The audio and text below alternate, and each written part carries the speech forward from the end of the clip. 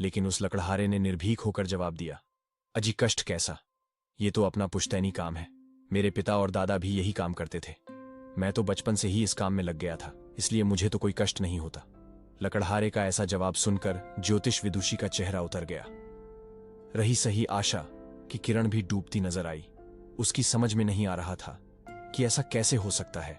क्या उसका सारा ज्योतिष विद्या का ज्ञान व्यर्थ गया? वह मुंह लटकाए वहां से लौट पड़ी। उसकी साथी ने कहा, अब कहो, क्या कहना चाहती हो? पहली ही परीक्षा में तुम बुरी तरह परास्त हो गई। प्रत्यक्ष को प्रमाण की आवश्यकता नहीं।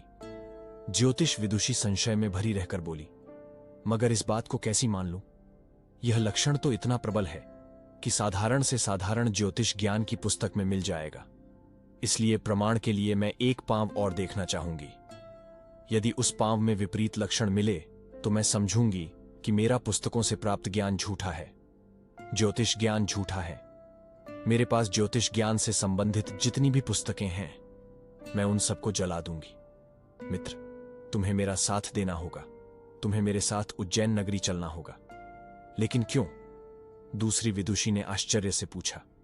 मैं राजा विक्रमादित्य के पैर देखना चाहती हूं। देखूं उनके पांव में यह लक्षण है कि नहीं।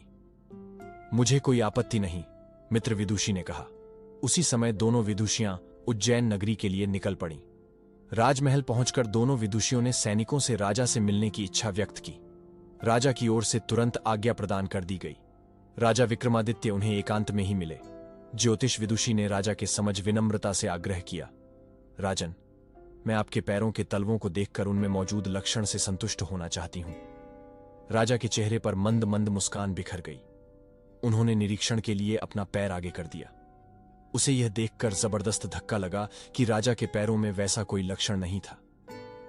अगले भाग के लिए बने रहें। राधे राधे।